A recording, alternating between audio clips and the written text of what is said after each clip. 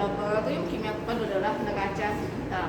Pada lab kami memiliki dua jenis timbangan. Pertama ada timbangan terbuka seperti ini, dan ada yang tertutup seperti ini. Nah, apakah perbedaannya? Untuk timbangan yang terbuka seperti ini memiliki kapasitas maksimal adalah 420 gram. Sedangkan jika kita menggunakan yang tertutup seperti ini, kapasitas maksimal adalah 110 gram. Jadi di sini jika kita ingin menimbang sampel dengan berat perkiraan adalah 300 gram, gunakanlah yang terbuka seperti ini. Tetapi kalau kita menimbang bahan dengan volume dengan massa 1 gram, gunakanlah yang tertutup seperti ini.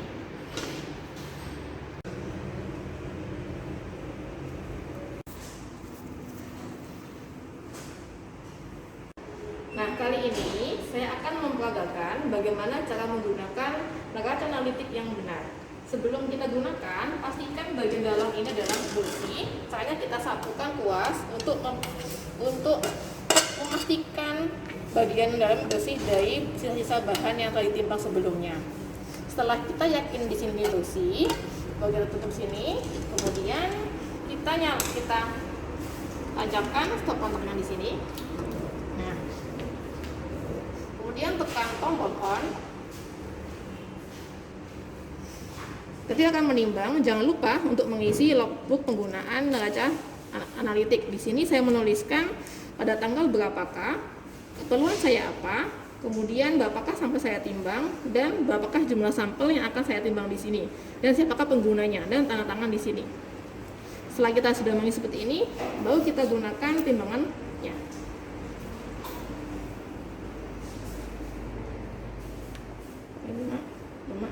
Kita menghubungkan salurannya pada stop kontak. Berikutnya kita nyalakan tombol on. Nah, untuk tombol on nanti masih belum muncul angkanya ya. Jadi kita tunggu sampai muncul angka. Kemudian pastikan untuk icon water pass yang seperti mata ikan di sini itu posisinya pas di tengah ya.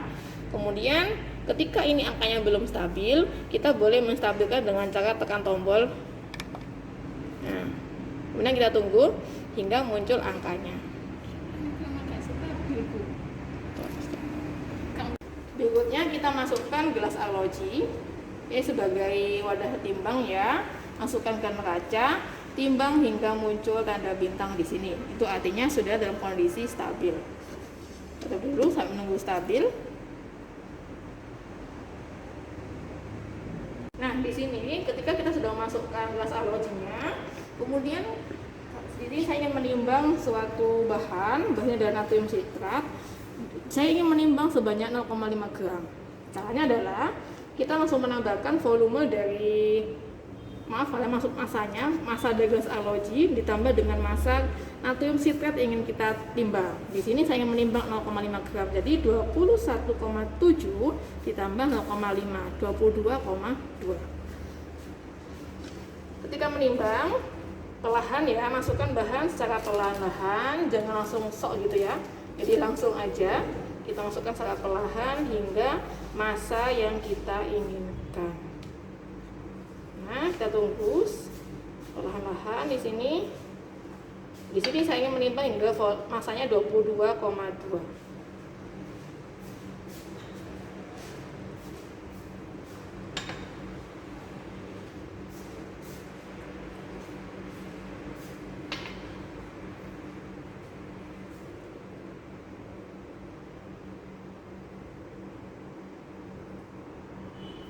Nah, kemudian setelah selesai, kita ambil bahan yang telah kita timbang tadi secara perlahan.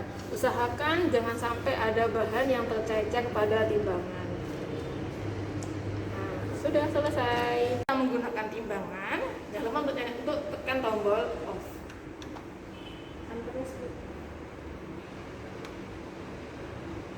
Hingga posisi off.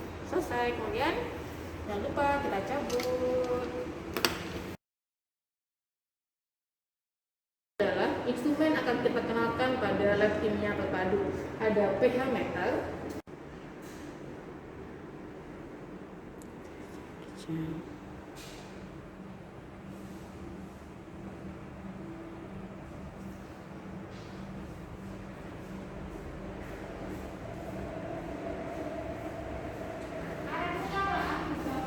Ini saya saya akan memperagakan bagaimanakah cara menggunakan pH meter yang baik dan benar. Di sini pH meter digital digunakan untuk mengukur pH sampel atau larutan yang kita kehendaki. Pertama, kita sambungkan kabelnya pada stop kontak.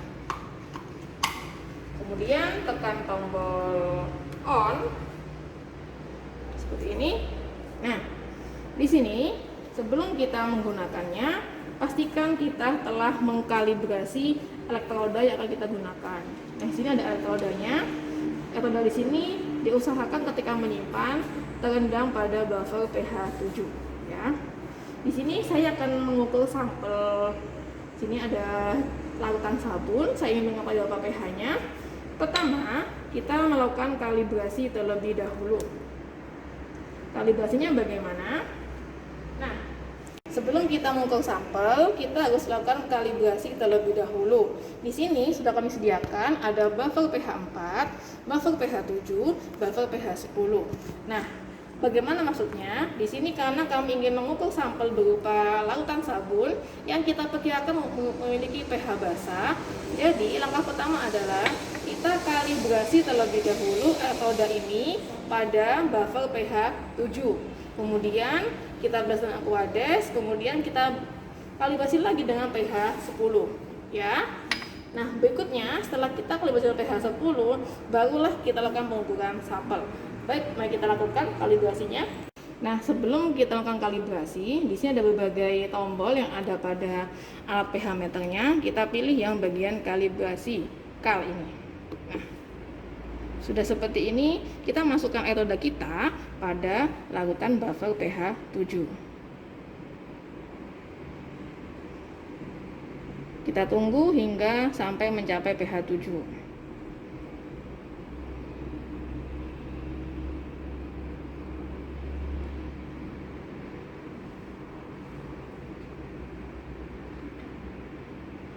Lakukan pengukuran hingga muncul tanda ready di pada alatnya seperti ini.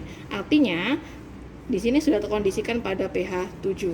Kita setelah seperti ini, kita lap dengan tisu bersih ya. Kemudian barulah kita masukkan pada pH 10. Kenapa pada pH 10? Karena di sini saya ingin mengumpulkan sampel yang bersifat basah. Ini sudah saya masukkan ke pH 10 ya. Nah,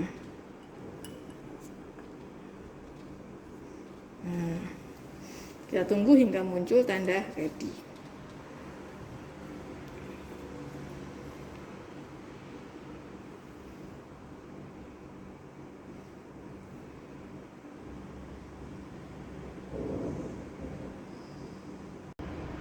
Nah, ketika sudah tanda ready seperti ini, kita angkat dari buffer pH 10 ya. Kita dulu, kemudian kita tekan measure atau pengukuran nih. Nah, kita masukkan ke sampel yang telah akan kita ukur pH-nya. Nah, oke. Kita tunggu hingga muncul tanda ready.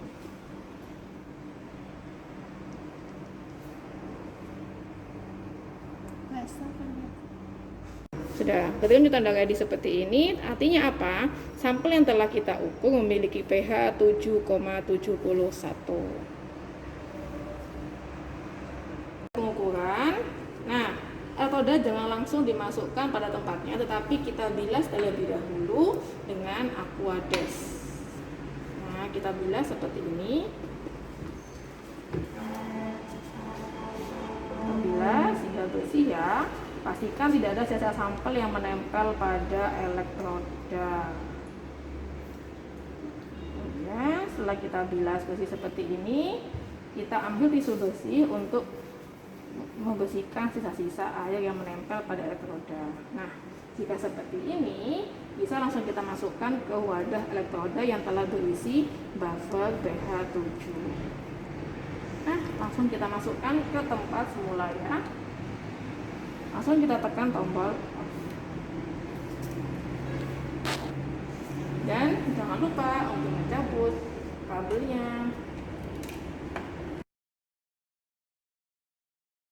Di laboratorium kami, selain ada pH meter digital, kita memiliki pH meter digital yang portable, sehingga ini pH meter ini bisa kita pengukuran sampel di lapang.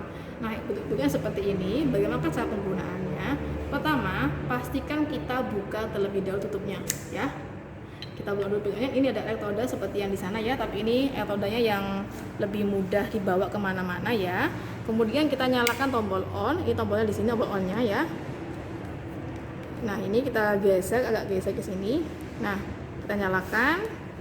Kemudian ketika posisinya sudah stabil, kita masukkan ke larutan atau sampel yang kita ukur. Misal di sini saya ingin mengukur sabun ini ya, kita masukkan ke sini. Nah, kita tunggu hingga menunjukkan pH yang stabil.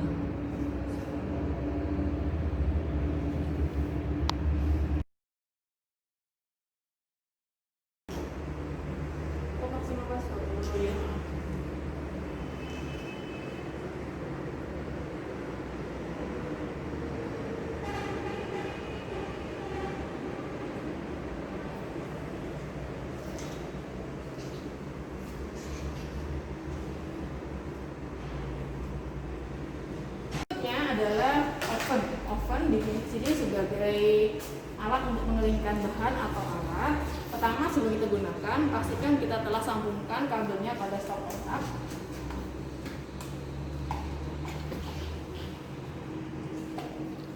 Kemudian kita tekan tombol on. Nah, di sini di kolom ini ada kolom PV dan SV. Artinya apa? Jadi di kolom PV ini menunjukkan suhu yang ada pada oven.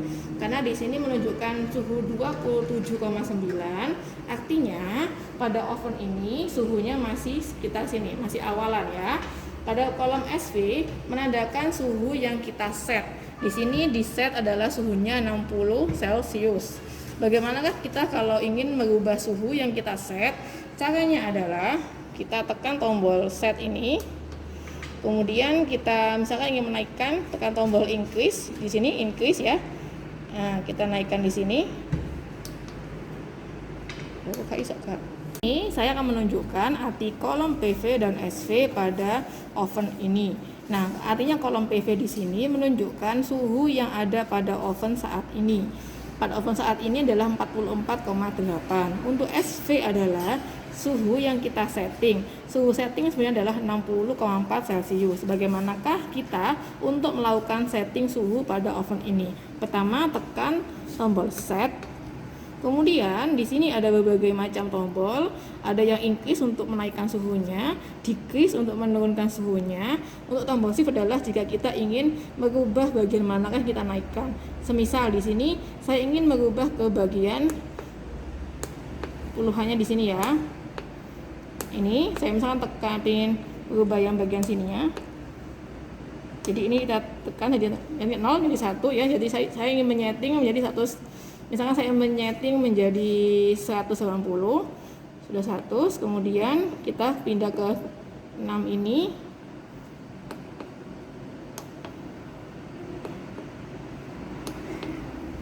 Buat 6 ini sampai 8 ya.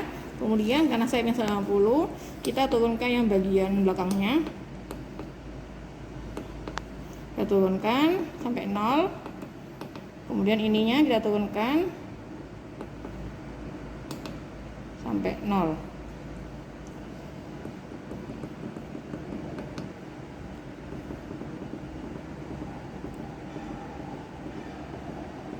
Jika seperti ini kita tekan set lagi. Nah, ini yang ST-nya menandakan kita kalau ingin men-set timer. Di sini saya tidak ingin set timer, jadi langsung saja kita akan tekan set lagi. Nah, jadi di sini artinya saya ingin men-setting suhu oven adalah sampai 190 Celcius dan suhu saat ini adalah 48,4. Jadi jika sudah kita setting suhunya seperti ini, kita tunggu suhu dalam oven akan mencapai suhu 190 Celcius. Artinya, ketika sudah mencapai suhu 190 Celcius, suhu PV tidak akan naik ke atas suhu 190 dan alat oven siap kita gunakan sebagai pengering bahan. Nah, ini kita buka yang ditekan ini. Nah, kita masukkan bahan atau alat yang akan kita gunakan di sini. Sudah masukkan, kita tutup. ini. Nah,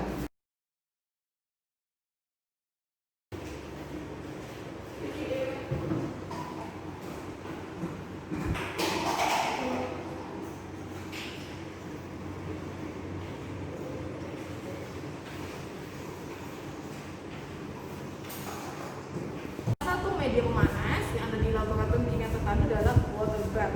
Maksudnya bagaimana? Water bath ini digunakan sebagai pemanas suatu bahan yang dimana menggunakan air atau aquades sebagai media pemanasnya. Nah, sebelum kita gunakan, kita isi terlebih dahulu water bath dengan aquades ya. Kita isi di sini. Nah, kemudian di sini di water bath dilengkapi dengan kan seperti ini. Fungsinya apa? Kan ini bertujuan untuk membuang sisa aquades yang telah digunakan setelah menggunakan water bath. Kemudian kita nyalakan alatnya sebelum kita gunakan. Kita sambungkan kabelnya. Kita tekan tombol on. Nah, kita tekan di sini.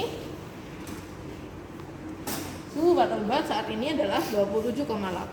Lantas, bagaimana kalau kita ingin mengset suhu yang sesuai kita inginkan? Misal, kita ingin pemanasan menggunakan suhu 70 derajat Celcius. Bagaimana caranya? Kita tekan setting dulu sini bagian bawah. Di sini ada 3 tombol, kalau kalian kelihatan ya. Ada tombol setting, ini tombol decrease atas menurunkan suhunya. Ada tombol increase untuk menaikkan suhunya. Pertama kita tekan tombol setting ini. Nah, kita naikkan hingga suhu 70 ya. Kita tekan tombol increase yang atas sendiri. Kita tekan hingga suhu 70. Ya, 70. Nah, kita tekan sampai 70.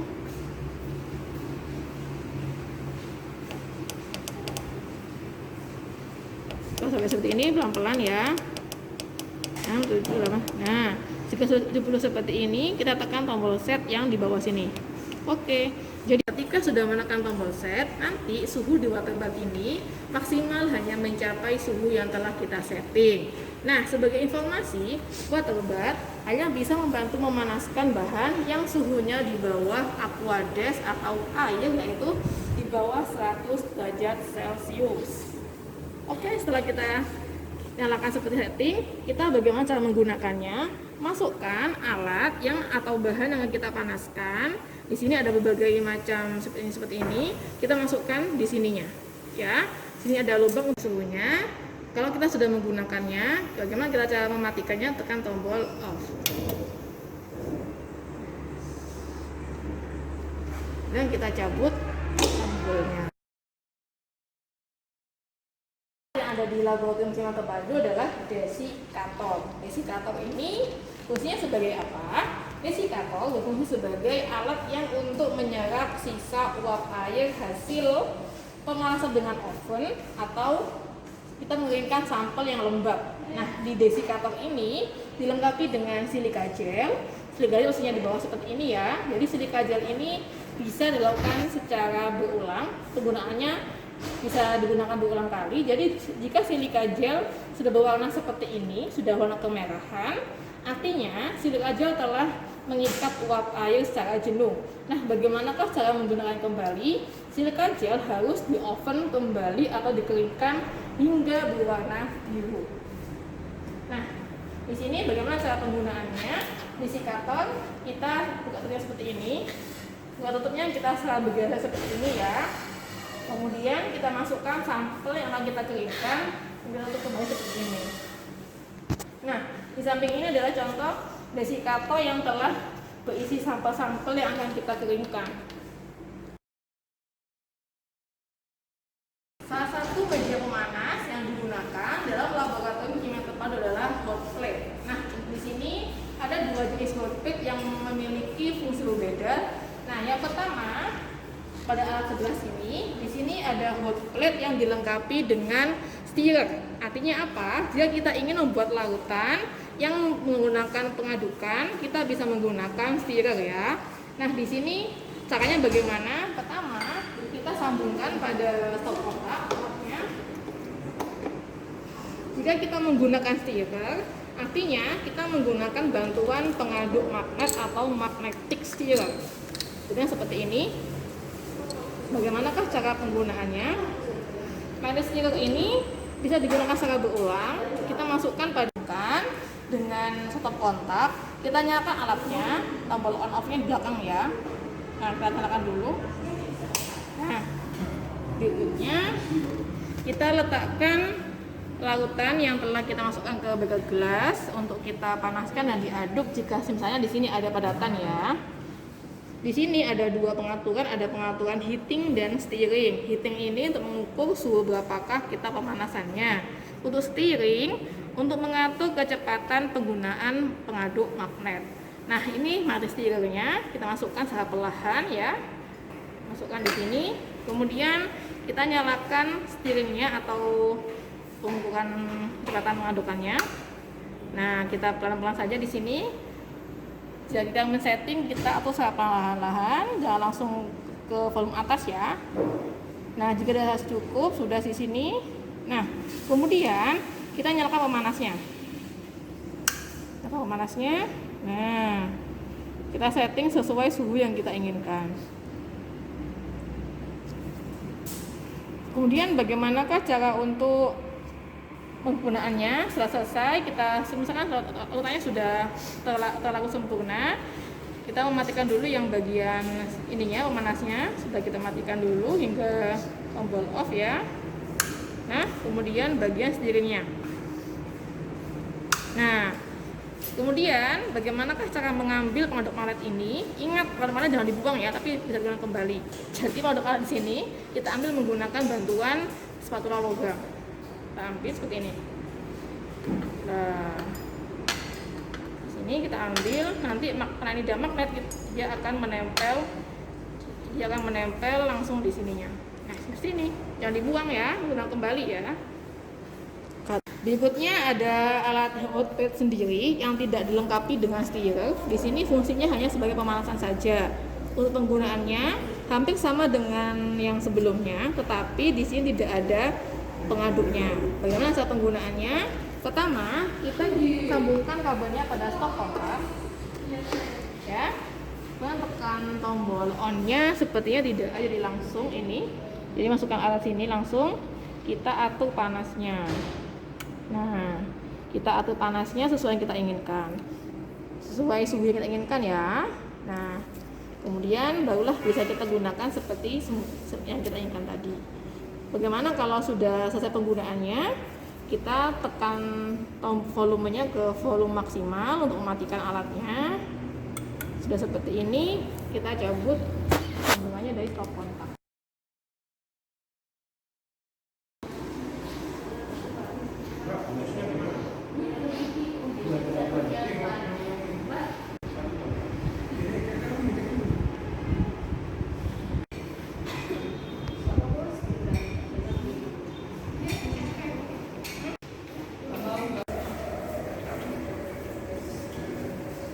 Saya akan mulai memperkenalkan satu persatu peralatan yang ada di laboratorium kimia terpadu.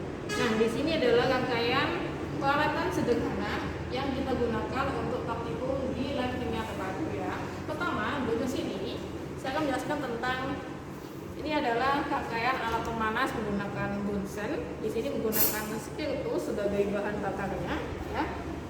Ini sebagai bahan di bawah sini. Kemudian ini ada kasaknya di sini, kita atas sebelah sini, kaki tiganya di sini. Bagaimana cara penggunaannya?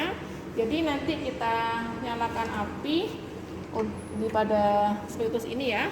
Mungkin ada yang sudah canggih semua ini untuk nyalakan apinya. Action. Kita nyalakan ya menggunakan korek api seperti ini. Kemudian kita posisikan tepat atas sebelah sini. Nah, ini bisa digunakan sebagai pemanas larutan atau untuk mereaksikan sesuatu. Nah, bagaimanakah cara memadamkan apinya? Di sini kita geser sedikit sini sebentar. Kemudian kita ada tutup bunsennya, langsung langsung. Oke. Nah, berikutnya adalah ada tabung reaksi. Mungkin tidak asing di kalian ya, tabung reaksi ini merupakan suatu wadah untuk mereaksikan sesuatu.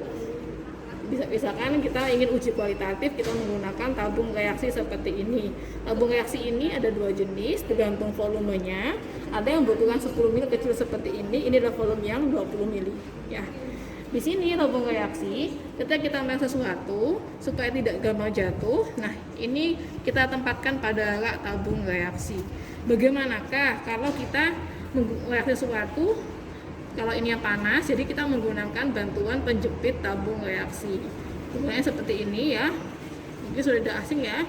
Jadi kita tekan bagian sininya, lah kita posisikan menjepit tabung reaksinya ini. Nah ini biasanya digunakan untuk memanaskan. Jadi bagiannya seperti ini. Oke. Jadi kalau pemanasan jangan dipegang pakai tangan, pakai penjepit tabung reaksi. Nah, di sini ada berbagai jenis pipet. Pipet ini ada bermacam-macam ya. Mungkin yang kalian tahu sama ada pipet tetes yang boleh ditemukan di mana-mana ya. Pipet tetes. Di sini ada 3 jenis pipet yang kita gunakan di laboratorium kimia terpadu. Pertama, ada pipet ukur. Pipet ukur di sini ada skalanya. Jadi di sini misalkan kita ingin mengambil larutan 5 mili, jadi kita menggunakan skala di sini ya. Nah, kebetulan ini sebenarnya adalah pipet ukur dengan volumenya adalah 10 mili. Jadi skalanya hingga 10 mili. Jadi skalanya dimulai dari bawah sini ya. Nah, sampai 0 sini. Pipet ukur ini dilengkapi dengan skala ya. Jadi ada skala 0 hingga 9 di sini. Maksudnya di sini ini bisa digunakan mengambil larutan sesuai yang kita inginkan. Nah, di pipet ukur ini ada tingkat ketelitiannya adalah plus minus 0,05. Jadi kalau kita amati di sini ada tingkat ketelitian pada masing-masing alat. Berikutnya di sini ada pipet tetes. Pipet tetes jadi ini fungsinya untuk mengambil volume dari lautan atau cairan. Di sini tidak ada skala ya, jadi di sini menggunakannya kira-kira, misalnya ini tidak kuantitatif. Kemudian bagaimana cara penggunaannya? Di sini dilengkapi dengan karet hisap ya di atas ini. Caranya adalah kita tekan terlebih dahulu bagian atasnya. Kita masukkan pada cairan yang akan kita ambil dari pipet tetes. Setelah ini, kemudian kita buka tutupnya ini lah. Nah, nanti cairan akan masuk ke atas ini. Cara meneteskannya kita tekan pelan-pelan 1, 2, misalnya kita tetesan ya, jadi 1, 2, 3, 4. Jadi kita perlahan-lahan ketika meneteskan. Selanjutnya ada pipet volume atau kita kan pipet gondok nama lainnya pipet gondok. Di sini pipet volume ini dia bisa mengambil larutan dengan volume tertentu sesuai dengan kapasitas alat. Jika di alat tuliskan 5 mili, artinya dia bisa mengambil volume 5 mili hingga tanda batas sini. Kalau kita amati, di sini ada tanda batasnya ya, ada tanda batasnya. Jadi mengambil larutan hingga tanda batas di sini. Oke. Nah, tadi sudah saya jelaskan ada pipet ukur, ada pipet volume, pipet gondok. Nah, ini bagaimanakah cara menggunakannya? Untuk menggunakan dua pipet ini, kita dibantu dengan suatu alat. Ada 2 alat ya. Pertama di sini ada bola hisap. Ini seperti ini bola hisap. Kemudian ada pipet pump. Nah, pertama saya jelaskan tentang bola hisap. Bola hisap bentuknya seperti ini ya. Kalau kita amati, nah di sini ada 3 titik untuk bagaimanakah cara penggunaan bola hisap. Ada titik A, titik S, ada titik E. Nah, sebelum kita gunakan, kita kempiskan terlebih dahulu bola hisapnya. Caranya bagaimana? Kita menekan titik A sambil mengempeskan bolanya sini. Jadi kita tekan. Nah, tekan ya. Kemudian kita masukkan pipet yang akan kita gunakan. Semisal di sini saya ingin mengambil larutan sebanyak 3 mili. Jadi saya menggunakan pipet ukur ya. Karena di sini ada skalanya. Kita masukkan ke ujung bola hisap. Kemudian setelah kita rasa sudah rapat, kita bisa memasukkannya pipet ukur ini yang telah kita pasang bola hisap ke larutan yang akan kita ambil. Di sini saya mengambil 3 mili ya. Jadi untuk mengambilnya kita tekan tombol S di sini. Bukan tombol sih, sebenarnya kayak S ini. Kita tekan, kita ambil bahan kita sampai volume 3 mili. Karena ini kan mulainya dari sini ya. Jadi kita ambil sampai skala 7 ini. Perlahan. Nah, di sini ketika mengambil larutan, kita pastikan posisinya adalah meniskus cembung. Jadi larutannya bawahnya kita posisi meniskus ya. Jadi kalau kita amati di sini, ini sudah posisi meniskus belum ya? Jika belum, kita tambahkan sedikit demi sedikit dengan menekan tombol S. Nah, kalau sudah kelebihan, kita bisa melakukannya dengan tombol E ya. Kita kita pelan-pelan. Nah, ini sudah meniskus. Udah. Nah, sekarang kita bagaimanakah cara mengeluarkannya? Maka dengan tekan tombol E di sini. Kita keluarkannya kita sini. Kita lepetkan, kita letakkan di pinggir labu atau bagian gelas, kita tekan tombol E-nya. Kita tekan perlahan. Nanti larutan akan keluar secara perlahan. Oke. Ketika sudah memasukkannya ke bola hisap, ya pastikan ini dalam kondisi kempis ya. Nah, kita kempiskan dulu. Kita masukkan, kalau sudah dirasa rapat, kita masukkan ke larutan yang kita ambil. Nah, kita masukkan ke sini. Semisal di sini saya memasukkan mengambil 3 mili, jadi saya ambil hingga skala 7. Oke. Kita tekan S. Nah, hingga skala 7. Nah, kalau kelebihan bagaimana kita mentepatkan hingga posisi meniskusnya. Nah, ini posisinya apakah sudah meniskus? Nah, kita amati secara perlahan dalam tegak lurus ya. Jika sudah meniskus, posisi bawah menyentuh skala, artinya itu sudah betul. Kalau salah, kita bisa mengkoreksinya dengan bisa mengambil larutan kembali atau kita mengeluarkannya. Nah, ini masih kurang ya, kurang dikit ya. Kita tekan tombol S perlahan. Nah, kita keluarkan dikit-dikit. Nah, sudah pas posisi meniskusnya. Kemudian kita keluarkan dengan menekan tombol E. Caranya kita masukkan di sini, kita posisikan 45 derajat pada wadahnya, kita tekan tombol E-nya. Sudah sampai habis larutannya. Kita sudah belajar menggunakan bola hisap, kemudian kita belajar menggunakan pipet pump. Nah, ini pipet pump yang saya maksud. Di sini bisa juga digunakan untuk mengambil larutan. Nah, ini bagian pipet pump. Jadi di sini bisa dimasukkan pipet ya yang kita kehendaki, pipet apa. Kemudian ini kita ukur di sininya.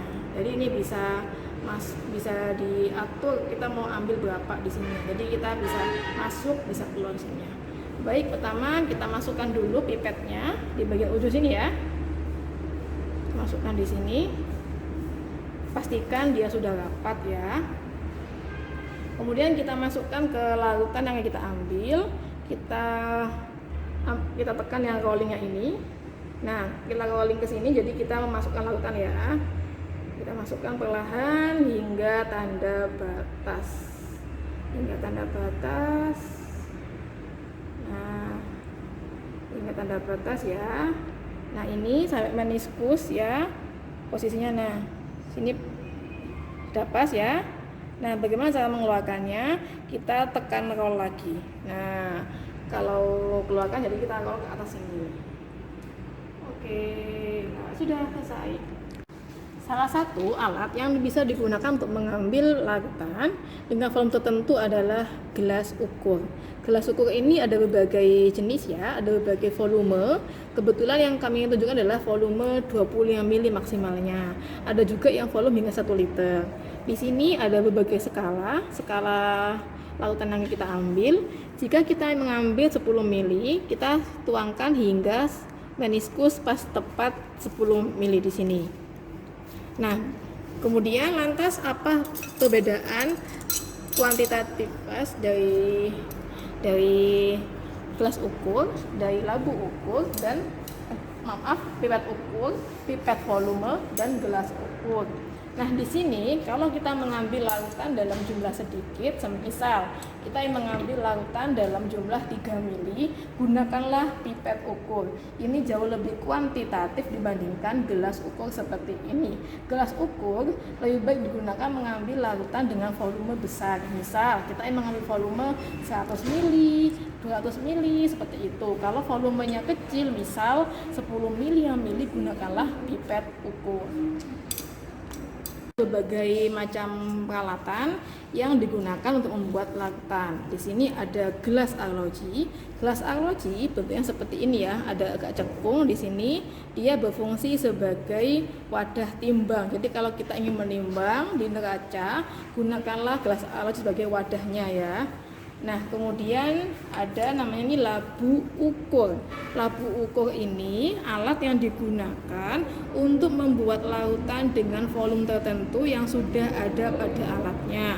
Jika semisal di alat ini menunjukkan 50 mili, tandanya ini bisa digunakan membuat larutan 50 mili. Jadi di sini kita menambahkan aquades hingga tanda batas ini, ya, kelihatan ya. Nah, ini tanda batasnya. Nah, ini tandanya kita membuat larutan dengan volume 50 mili. Bagaimana kalau kita ingin membuat larutan 100 mili? Jadi kita menggunakan labu ukur dengan volume yang berbeda. Di sini ada labu ukur dengan berbagai skala ya, maksudnya volumenya. Jika kita ingin membuat larutan 500 mili, gunakanlah labu ukur dengan volume 500 mili. Kalau misalkan membuat larutan 1 liter, ya kita menggunakan yang 1000 mili. Kalau yang 50 mili, gunakan yang 50 mili, jadi gunakanlah sesuai dengan ukuran labu ukurnya. Ini ada wadah yang sering kita gunakan ketika mereaksikan bahan kimia. Dia dikenal dengan istilah adalah beker glass atau biasanya gelas piala kalau di buku textbook. Nah, ini bisa digunakan untuk melarutkan bahan padatan menjadi larutan atau mencampurkan bahan.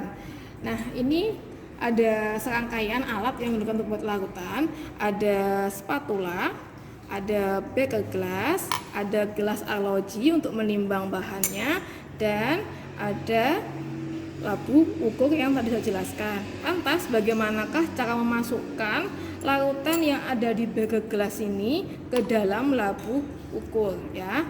Di sini di beker gelas sudah ditambahkan gambarnya untuk menuangkan larutan ya.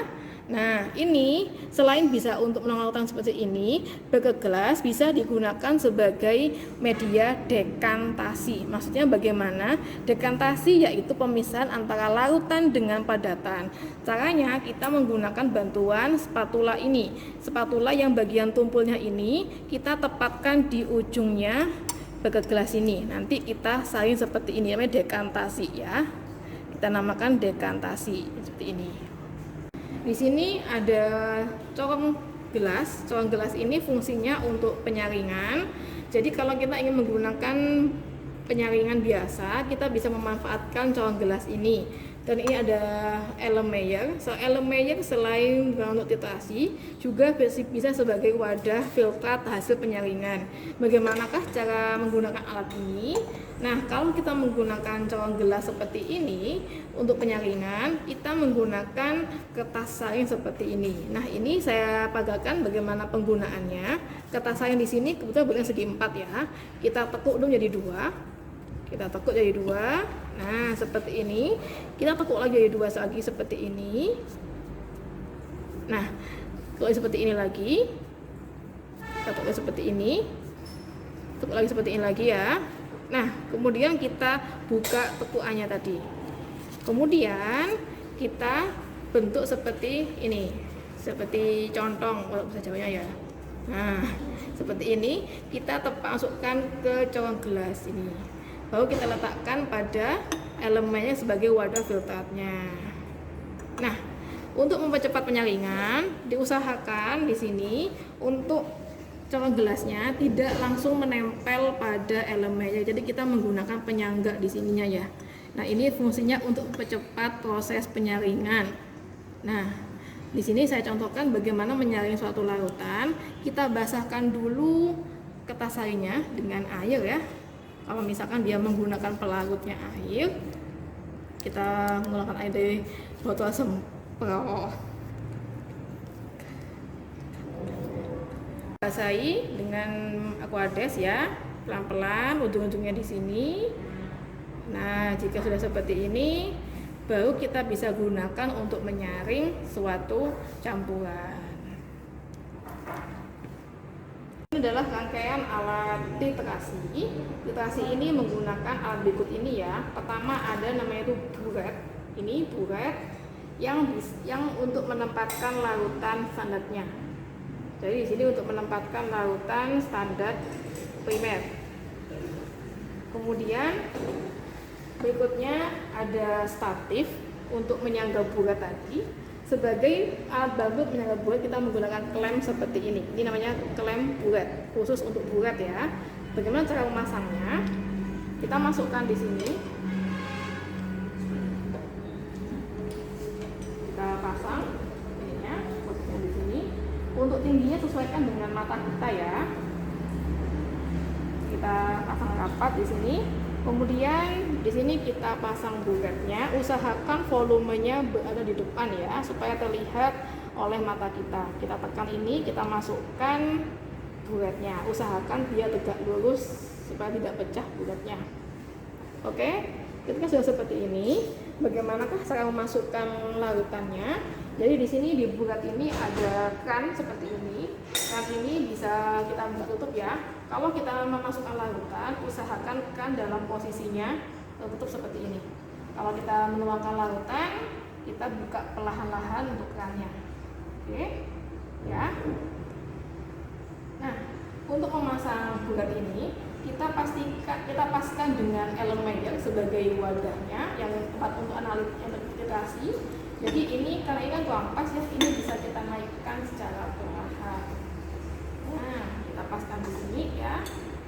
Kita paskan posisinya, dan sudah pas kita rapatkan. Nah, sudah seperti ini. Lantas bagaimanakah cara kita memasukkan larutannya pada bulet? Kita menggunakan bantuan colong gelas ini ya. Jadi kalau misalkan badan kita pendek seperti ini, jadi ini bisa kita turunkan ke bawah terlebih dahulu. Untuk memasukkan larutan pada bulet, pastikan kerannya pada posisi tertutup ya. Kita dengan bantuan colong gelas agar tidak tumpah nantinya. Dan ini larutannya kita masukkan ke beker gelas. Kita masukkan perlahan. Masukkan perlahan hingga volume yang kita inginkan.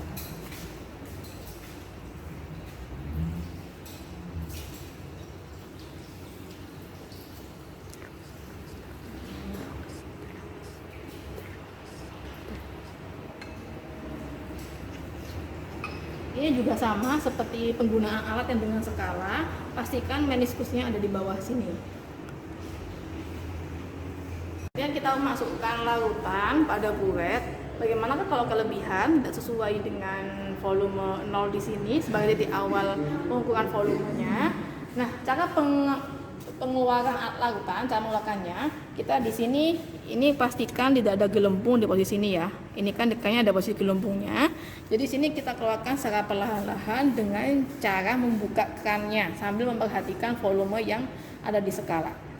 Kita buka secara perlahan-lahan.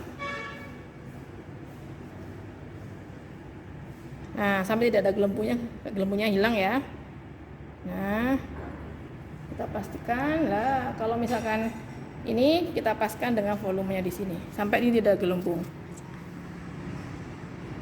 Hingga tidak ada gelembung pada buletnya. Kalau sudah, kita bisa tutup keran ini. Oke.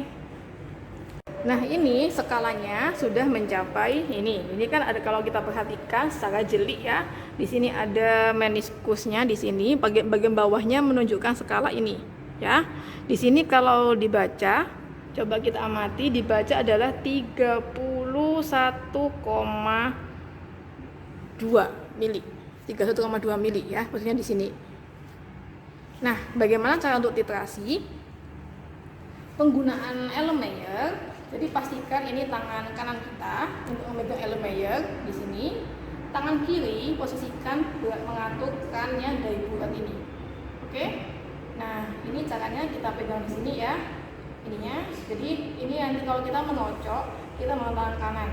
Kita titrasi, pastikan posisi skala berada di depan mata kita sehingga kita mudah memantau volume dari larutan standar yang ada di bulet. Nah, di sini tangan kanan berfungsi untuk memegang Erlenmeyer sini. Kita pegang seperti ini ya. Kita masukkan seperti ini. Tangan kiri untuk mengontrol kerannya bulat ini. Jadi seperti ini. Jadi kita lakukan ya. Jadi ini dibuka perlahan, ini sambil digoyang untuk mengocok larutan di sini. Jadi pelan-pelan. Jadi ketika titrasi usahakan perlahan-lahan supaya terjadi reaksi yang sempurna untuk pengocokannya. Di sini, nah tugas bagi kalian sebutkan nama sendok apa aja di sini dan fungsinya apa dan tuliskan perbedaannya.